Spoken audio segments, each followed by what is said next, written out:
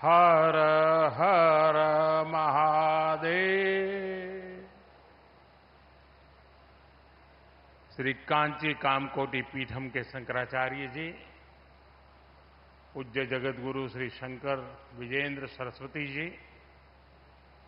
उत्तर प्रदेश की राज्यपाल आनंदीबेन पटेल, मुख्यमंत्री श्रीमान योगी आदित्यनाथ जी, उप मुख्यमंत्री ब्रजेश पाठक जी, शंकरा आई फाउंडेशन के आरवी रमणी जी, डॉक्टर एसवी बालासुब्रमण्यम जी, श्री मुरली कृष्णमूर्ति जी, रेखा झुंझुनवाला जी, संस्था से जुड़े अन्य सभी सदस्यगण, देवी और सज्जनों, इस पावन महीने में काशी आना ये अपने आप में एक पुण्य अनुभूति का अवसर होता है। यहां अपने काशीवासी तो है ही, संतजनों और परोपकारियों का भी संग है। इससे सुखद संयोग भला क्या हो सकता है। अभी मुझे परम पूज्य शंकराचार्य जी के साथ दर्शन का, प्रसाद पाने का और आशीर्वाद प्राप्त करने का सौभाग्य मिला है। उनके आशीर्वाद से ही आज काशी को, पूर्वांचल को एक और आधुनिक अस्पताल मिला है। भगवान शंकर की नगरी में आरजे शंकरा नेत्र अस्पताल आज से जन जन के लिए समर्पित है। मैं काशी के, पूर्वांचल के सभी परिवारजनों को बहुत बहुत बधाई देता हूं। साथियों, हमारे शास्त्रों में कहा गया है, तमसो मां ज्योतिर्गमय, यानी अंधकार से प्रकाश की ओर ले चलो। ये आरजे शंकरा नेत्र अस्पताल वाराणसी और इस क्षेत्र के अनेकों लोगों के जीवन से अंधकार दूर करेगा, उन्हें प्रकाश की ओर ले जाएगा। मैं अभी इस नेत्र अस्पताल को देखकर आया हूं। एक प्रकार से ये आध्यात्मिकता और आधुनिकता का संगम है। ये अस्पताल बुजुर्गों की भी सेवा करेगा और बच्चों को भी नई रोशनी देगा। यहां बहुत बड़ी संख्या में गरीबों को मुफ्त इलाज मिलने वाला है। ये नेत्र अस्पताल यहां के युवाओं के लिए रोजगार के भी नए अवसर लेकर आया है। यहां मेडिकल कॉलेजों के छात्र इंटर्नशिप कर पाएंगे, प्रैक्टिस कर पाएंगे। सपोर्ट स्टाफ के तौर पर भी यहां के अनेकों लोगों को काम मिलेगा। साथियों, शंकरा आई फाउंडेशन के इस नेक काम से जुड़ने का इसके पहले भी मुझे अवसर मिला है। मैं जब गुजरात का मुख्यमंत्री था, तब वहां भी शंकरा नेत्र अस्पताल खुला था और आपके गुरुजी के सानिध्य में मुझे उस काम को अवसर मिला था और आज मुझे आपके सानिध्य में इस कार्य का अवसर मिला है। और मेरे लिए एक बहुत संतोष का विषय है। वैसे पूज्य स्वामी जी ने बताया भी, मेरा एक और सौभाग्य रहा है। श्री कांची कामकोटि पीठाधिपति जगतगुरु शंकराचार्य चंद्रशेखर सरस्वती महास्वामी लिंग मिगल का मुझ पर बड़ा आशीर्वाद रहा। परमाचार्य जी को अनेक बार उनके चरणों में बैठने का मुझे सौभाग्य मिला था। परम पूज्य जगतगुरु शंकराचार्य श्री जयेंद्र सरस्वती स्वामीगल जी का मुझे बहुत स्नेह मिला।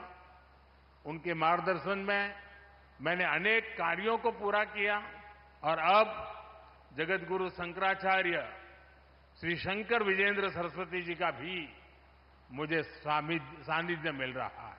यानी एक प्रकार से 3 गुरु परंपराओं के साथ नाता जुड़ना, इससे बड़ा जीवन का सौभाग्य क्या हो सकता है।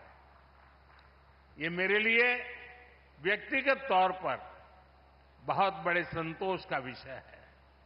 आज जगतगुरु ने विशेष तौर पर इस कार्यक्रम के लिए मेरे संसदीय क्षेत्र में आने का समय निकाला। मैं यहां के जनप्रतिनिधि के रूप में आपका स्वागत करता हूं और आपका आभार भी प्रकट करता हूं। साथियों, आज के दिन मेरे मित्र राकेश झुनझुनवाला जी की याद आना भी बहुत स्वाभाविक है।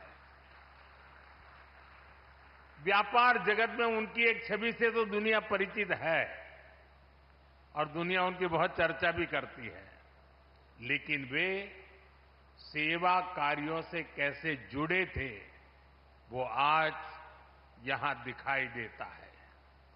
अब उनकी इस विरासत को उनका परिवार आगे बढ़ा रहा है।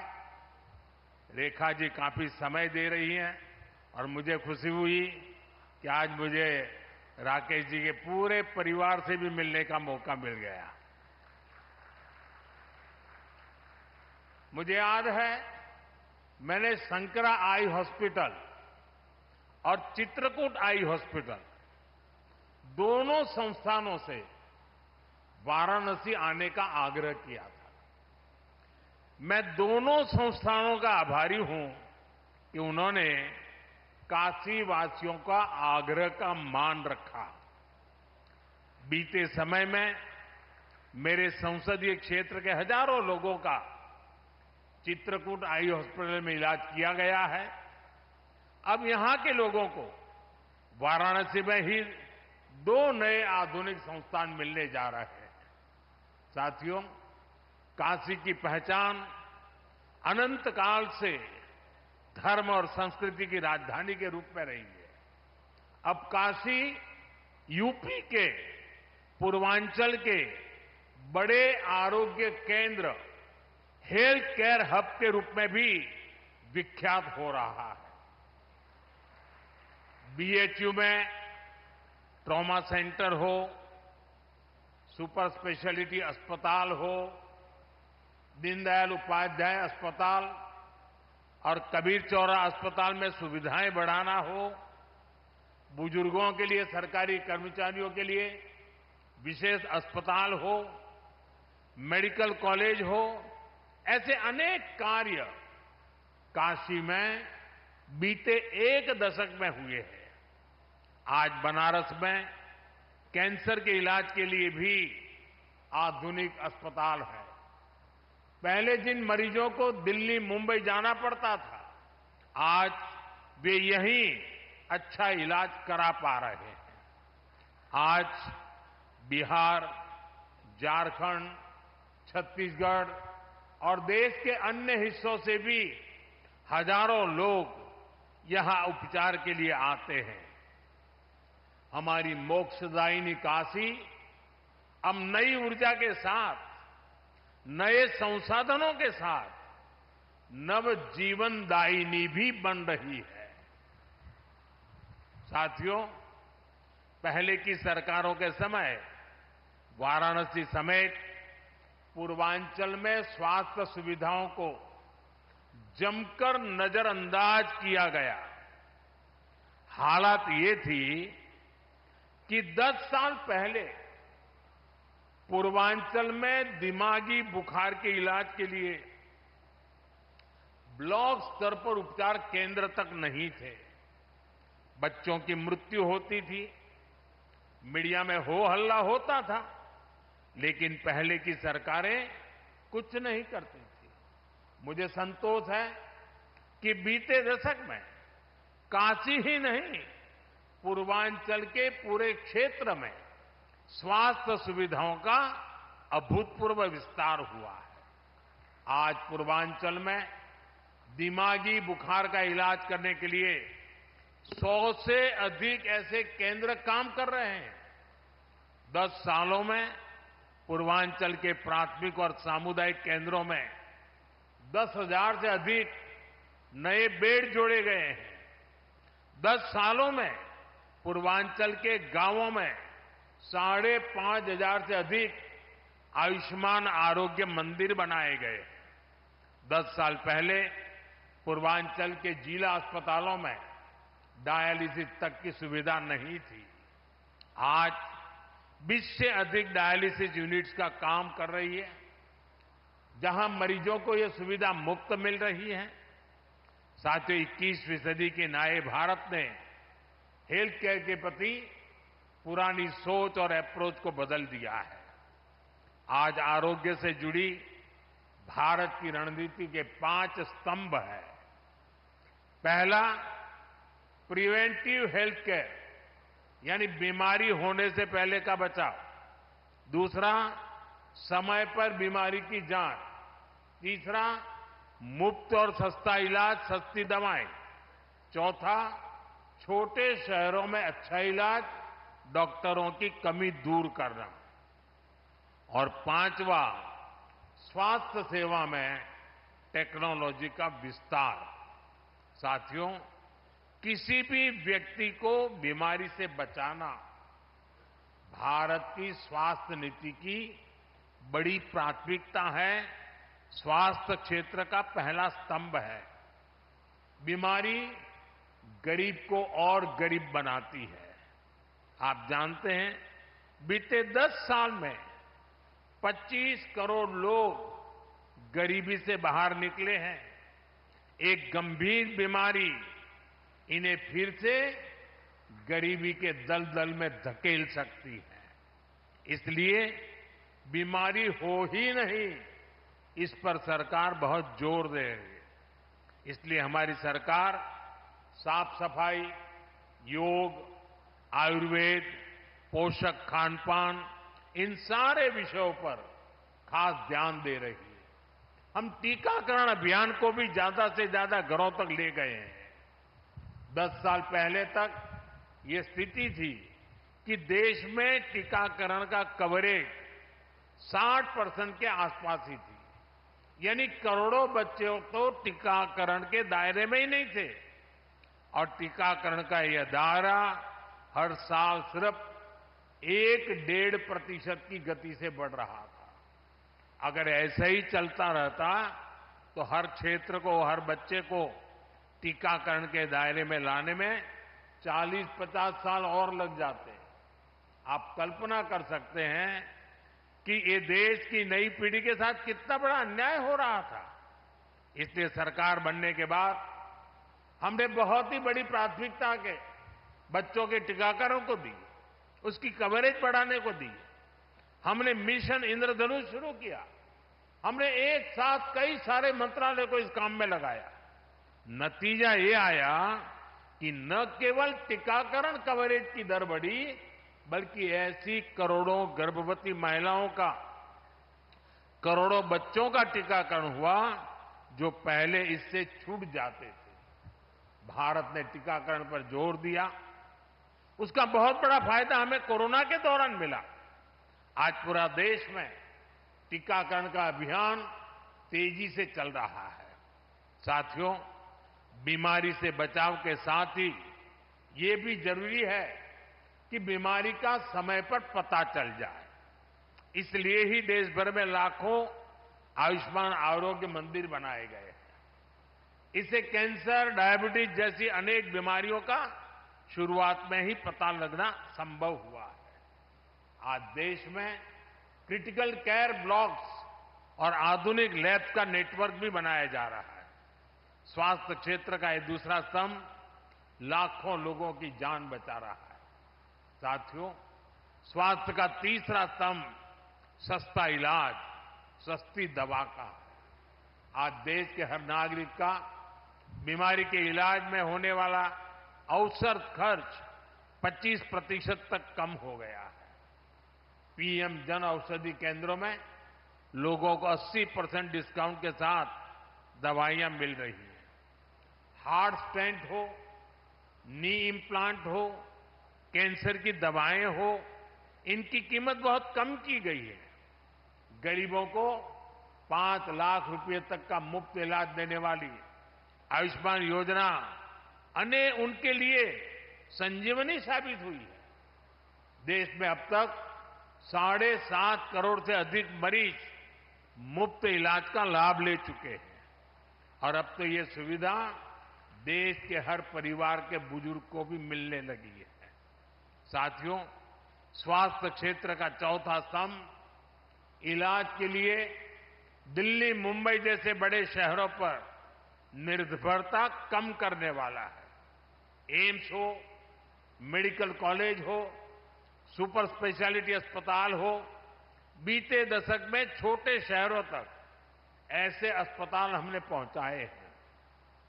देश में डॉक्टरों की कमी को दूर करने के लिए बीते दशक में मेडिकल की हजारों नई सीटें जोड़ी गई है।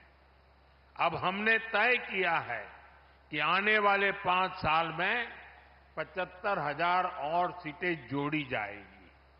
साथियों, स्वास्थ्य क्षेत्र का 5वां स्तंभ टेक्नोलॉजी के माध्यम से स्वास्थ्य सुविधाओं को और सुलभ करने वाला है। आज डिजिटल हेल्थ आईडी बनाई जा रही है। ई संजीवनी ऐप जैसे माध्यमों से घर बैठे ही मरीजों को परामर्श की सुविधा दी जा रही है। मुझे खुशी है कि अब तक 30 करोड़ से ज्यादा लोग ई संजीवनी ऐप की मदद से कंसल्टेशन ले चुके हैं। हम ड्रोन टेक्नोलॉजी से भी स्वास्थ्य सेवाओं को जोड़ने की तरफ आगे बढ़ रहे हैं। साथियों, स्वस्थ और समर्थ युवा पीढ़ी विकसित भारत के संकल्प को सिद्ध करने वाली है। मुझे बहुत खुशी है कि इस मिशन में पूज्य शंकराचार्य जी का आशीर्वाद हमारे साथ है। मैं बाबा विश्वनाथ से प्रार्थना करता हूं कि स्वस्थ और समर्थ भारत का ये मिशन यूं ही सशक्त होता रहे। और आज जब मैं पूज्य शंकराचार्य जी के चरणों में बैठा हूं, तब मेरे बचपन की कुछ यादें भी मुझे आज आ रही हैं। हम जब छोटे थे तो मेरे गांव से एक डॉक्टर कुछ लोगों की टोली लेकर के 1 महीने के लिए बिहार जाते थे और बिहार में वे नेत्र यज्ञ करते थे और कैटरेक्ट ऑपरेशन का बहुत बड़ा अभियान करते थे। हर साल 1-1 महीना देते थे। तो मेरे गांव से कई लोग वॉलेंटियर के रूप में जाया करते थे। मैं बचपन में इन चीजों से परिचित था और बिहार में इसकी कितनी जरूरत थी मैं उस समय जानता था। तो आज मैं पब्लिकली पूज्य शंकराचार्य जी से प्रार्थना करता हूं कि वैसा ही एक शंकरा नेत्र अस्पताल बिहार में भी हम करें, क्योंकि मेरी बचपन की वो स्मृतियां मुझे लगता है कि बिहार के लोगों की बहुत बड़ी सेवा होगी। और महाराज जी का तो देश के हर कोने में जाने का इरादा है, तो शायद बिहार को प्राथमिकता जरूर मिलेगी। आपके आशीर्वाद मिलेंगे बिहार को, और बिहार में सचमुच में वहां के लोगों की सेवा करना ये भी एक बहुत बड़ा सौभाग्य है।